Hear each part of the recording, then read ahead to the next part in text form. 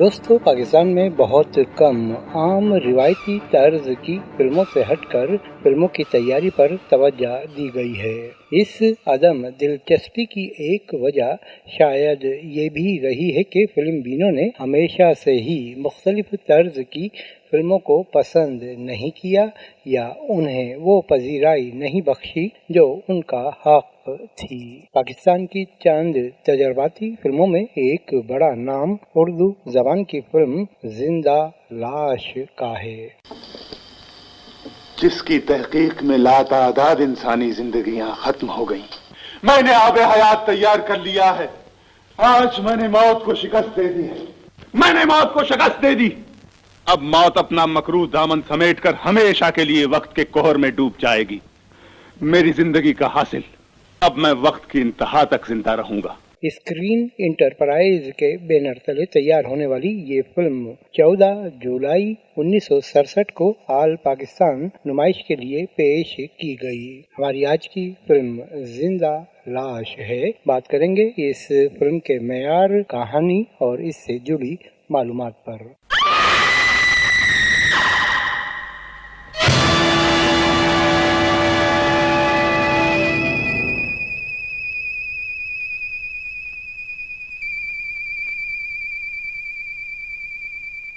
زندہ لاش کے ٹائٹل پر فلم ساز عبدالباقی کا نام آتا ہے، مگر پس پردہ فلم ساز اداکار حبیب تھے، جو پاکستان میں مختلف موضوعات پر فلموں کی تیاری اور ہالی ووڈ طرز کے کردار ادا کرنے کے شوقین قرار دیے جاتے ہیں۔ فلم بین انہیں اس طرح کی فلموں اور کرداروں میں پسند بھی کرتے تھے۔ ان کے کریڈٹ پر بطور فلم ساز اور ہیرو ایسی کئی فلمیں ہیں جو ہالی ووڈ کی فلموں سے متاثر ہو کر تیار کی گئیں۔ ان میں ایک نام زندہ لاش کا بھی ہے۔